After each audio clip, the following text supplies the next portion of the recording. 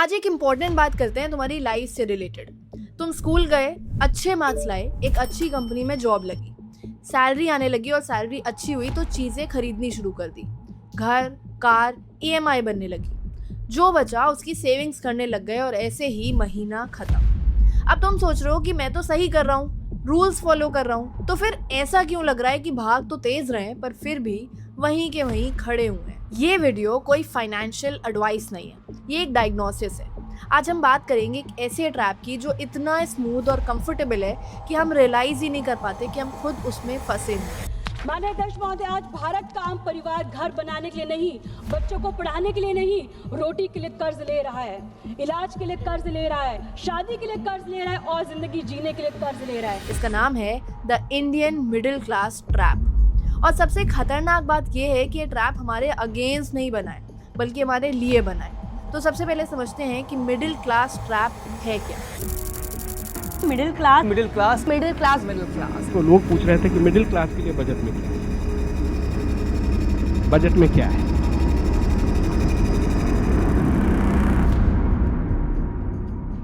Imagine करो तुम सुबह उठे, ऑफिस के लिए तैयार हुए, ट्रैफिक में मान लेते हैं 1 घंटा वेस्ट हुआ, फिर ऑफिस पहुंचे, 9 से 6 काम किया, ऑफिस से निकले, फिर से ट्रैफिक में फंसे 1-2 घंटा, घर आए, खाना खाया, सो गए।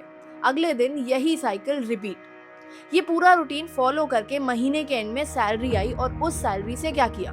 ईएमआई ली, car loan, home loan, lifestyle maintain करने के लिए बाहर खाना खाने चले गए, वेकेशंस पे चले गए, नया फोन खरीदा और थोड़े पैसे बचे तो एफडी में डाल दिए। और ये साइकिल रिपीट होती रही, साल, 10 साल। बाहर से देखो तो लगता है कि सक्सेस हो रही है, प्रमोशन मिल रहा है, सैलरी बढ़ रही है, पर अंदर से देखो, ध्यान से देखो, तब पता चलता है कि ये सक्सेस का एक पिंजड़ा है। रॉबर्ट कियोसाकी ने रिच डैड पुअर डैड में इसे ही रैट रेस कहा था।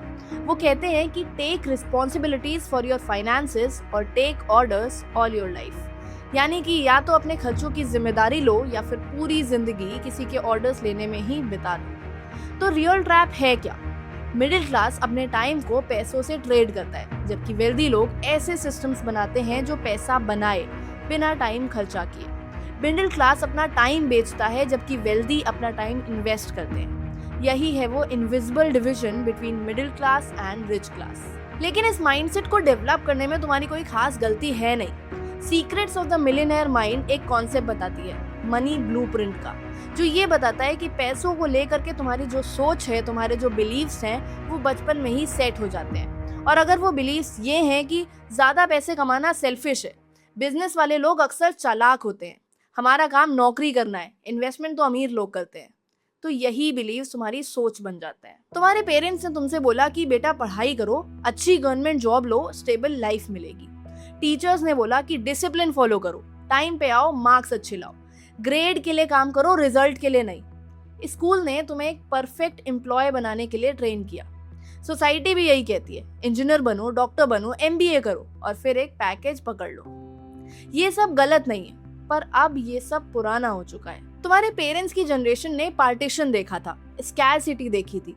उनके लिए जॉब सिक्योरिटी का मतलब था लाइफ सिक्योरिटी, और उन्होंने तुम्हें वही सिखाया जो उन्होंने सीखा था। पर प्रॉब्लम ये है कि दुनिया बदल गई, पर ये स्क्रिप्ट नहीं बदली। इसी तरह एक और बात है जो हम जॉब और सिक्योरिटी के लूप में फंसे रह जाते हैं, और वो है इवोल्यूशन। हमारा ब्रेन हमेशा सर्टेनिटी ढूंढता है। पहले जब लोग गुफाओं में रहते थे तब सर्वाइवल मुश्किल था, हर रोज के हिसाब से डर होता था कि पता नहीं आज बचेंगे या नहीं, तो ब्रेन सर्वाइवल की सर्टेनिटी ढूंढता था।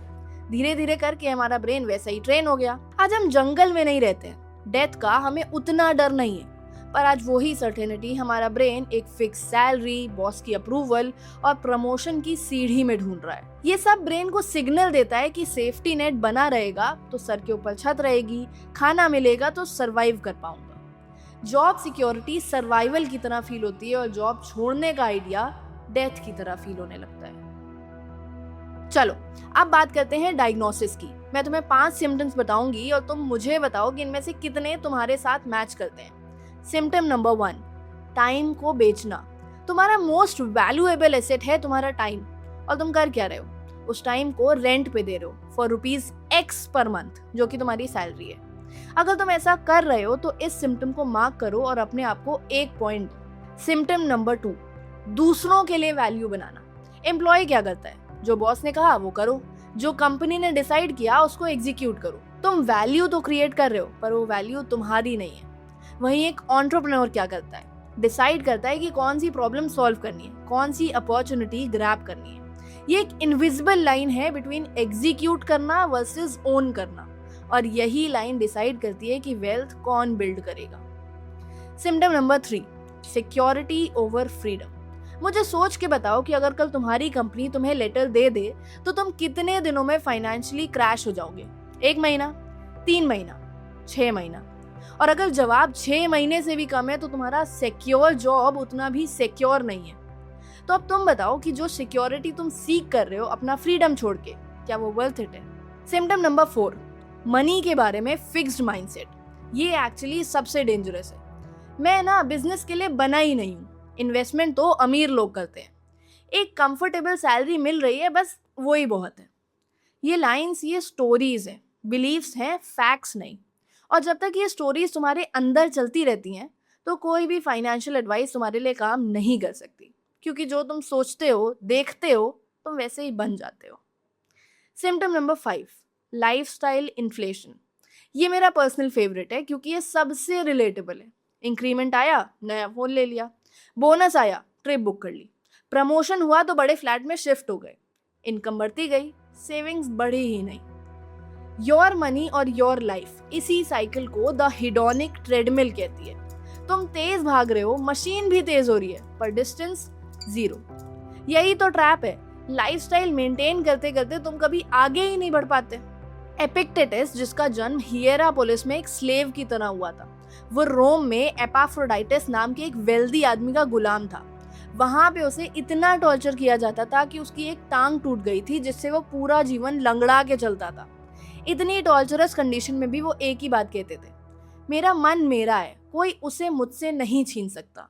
उनका एक ही कहना था, अपना लोकस ऑफ कंट्रोल अपने अंदर रखो, क्योंकि जब तुम अपना लाइवलीहुड, अपनी इनकम, अपना फ्यूचर किसी और के हाथ में दे देते हो तो तुम अपना लोकस ऑफ कंट्रोल सरेंडर कर देते हो, अपना फ्रीडम सरेंडर कर देते हो। अब बात करते हैं सॉल्यूशन की। स्टेप नंबर 1, क्वाड्रेंट समझो। कैश फ्लो क्वाड्रेंट एक फेमस बुक है जो 4 क्वाड्रेंट्स की बात करती है, ESBI। E का मतलब है एम्प्लॉय। जब आप किसी के लिए काम करते हो तो आप अपने फ्रीडम के एक्सचेंज में अपनी सिक्योरिटी लेते हो। S, जिसका मतलब है सेल्फ एम्प्लॉयड, मतलब जब आप अपने लिए काम करते हो तो आपका टाइम आपका पैसा बन जाता है। जितना टाइम इन्वेस्ट करेंगे उतना ही पैसा बनेगा। B, यानी कि बिजनेस ओनर, जब आप एक सिस्टम क्रिएट करते हो जो आपके लिए काम करता है। और I, यानी कि इन्वेस्टर, जब पैसा आपके लिए काम करने लगता है। यहाँ पे गोल यही है कि आप जिस भी स्टेज पे हो उससे लेवल अप करने की कोशिश करो, जिससे आप ये मिडिल क्लास ट्रैप तोड़ पाओ। आप पैसे के लिए नहीं, पैसा आपके लिए काम करो। स्टेप नंबर 2, अपना आवरली वेज कैलकुलेट करो। अपनी मंथली सैलरी लो और अपने एक वीक का वर्क आवर्स ऐड करो, जिसमें आपके ऑफिस आवर्स प्लस कम्यूट में जो टाइम जाता है वो भी ऐड होगा। अब अपनी मंथली सैलरी को डिवाइड करो इस पूरे टाइम से, तब तुम्हें पता चलेगा कि तुम्हारी करंट जॉब में तुम्हारे पर आवर के वेजेस हैं क्या। इस एक कैलकुलेशन से तुम्हें तुम्हारी वर्थ पता चलेगी और ये डिसीजन लेना आसान होगा कि तुम्हें अभी भी अपने दिन का इतना टाइम उस जॉब में लगाना है या कोई एक्चुअल स्किल डेवलप करनी है जिसे करने में तुम्हें मजा आए। स्टेप नंबर 3, एक एसेट बनाओ जॉब छोड़े बिना। मैं ये नहीं कह रही हूँ कि कल रिजाइन कर दो, पर एक साइड इनकम स्ट्रीम शुरू करो। Freelancing, content, consulting, digital product, कुछ भी जो तुम्हारी स्किल से अलाइन करे। इसका पर्पस ये नहीं है कि तुम ओवरनाइट रिच हो जाओगे, इसका पर्पस ये है कि तुम्हारी आइडेंटिटी शिफ्ट होगी। जिस दिन तुम्हारे पहले 500 रुपए भी आए बिना तुम्हारी डायरेक्ट प्रेजेंस के, वो दिन तुम्हारा माइंड शिफ्ट कर देगा, क्योंकि तब तुम्हें पता चलेगा कि पैसा सिर्फ जॉब से नहीं आता। स्टेप नंबर 4, जोनेसिस गेम से बाहर निकलो। द मिलियनेयर नेक्स्ट डोर में एक रिसर्च की गई थी। इंडिया के मोस्ट वेल्दी लोग बहुत सटल तरीके से जीते हैं। सेकेंड हैंड कार, नॉर्मल घर और सिंपल क्लॉथ्स। मिडिल क्लास का आधे से ज्यादा खर्चा अपना स्टेटस दिखाने में ही चला जाता है, जबकि वेल्दी लोग अपना पैसा साइलेंटली बढ़ाते हैं। स्टेप नंबर 5, जॉब में भी ओनर की तरह सोचो। ये शायद सबसे अंडररेटेड पॉइंट है। क्विट नहीं करना है, लेकिन सोचना शुरू करो एज एन ओनर। अकाउंटेबिलिटी लो, प्रॉब्लम्स ओनरशिप के साथ देखो। स्किल्स बिल्ड करो जो कंपाउंड होती हैं। परमिशन मत मांगो, लीडरशिप लो। एक एम्प्लॉय वेट करता है कि कोई उसे बताएगा कि करना क्या है, एक ओनर डिसाइड करता है कि क्या करना चाहिए। इस माइंडसेट से जब तुम काम करते हो तो तुम्हारी ट्रैजेक्टरी चेंज हो जाती है। मैं ये नहीं चाहती कि तुम अपनी जॉब से नफरत करो। जॉब जरूरी है और बहुत लोगों के लिए जेन्युइनली मीनिंगफुल होती है, पर एक बात ऑनेस्ट करो खुद के साथ, क्या ये जॉब तुमने खुद से चूज की है? क्या इसे करने में तुम्हें मजा आता है? विक्टर फ्रैंकल ने कहा था, between stimulus and response there is a space and in that space is our power to choose our response. ये स्टिमुलस है तुम्हारी जिंदगी और इसका रिस्पॉन्स क्या होगा ये तुम डिसाइड करोगे। अगर ये वीडियो तुम्हारे लिए या तुम्हारे किसी भी दोस्त के लिए रेलेवेंट है जो अभी सेम लूप में फंसे हुए हैं तो शेयर करो उनके साथ। कभी कभी एक वीडियो वो कॉन्वर्सेशन स्टार्ट कर देती है जो हम डायरेक्टली नहीं कर पाते। और सब्सक्राइब करो अगर आपको ये वीडियो अच्छा लगा हो। मिलती हूँ नेक्स्ट वीडियो में।